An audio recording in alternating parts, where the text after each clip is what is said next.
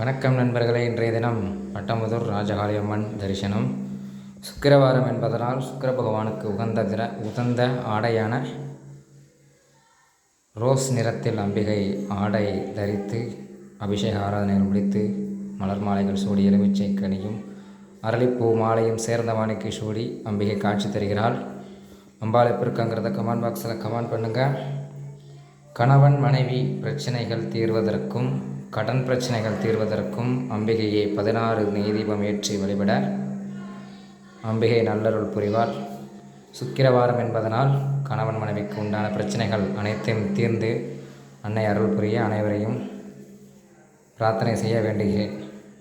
நமது ஆலயம் எங்கே இருக்குன்னு பார்த்தீங்கன்னா, விருதுநகர் மாவட்டம் பட்டமுதூர் கிராமத்தில் அமர்ந்து அருள்வாளிக்கக்கூடிய ஸ்ரீ ராஜகாளியம்மன் ஆலயத்திற்கு அனைவரும் வருக, அம்மன் அருள் பெறுக.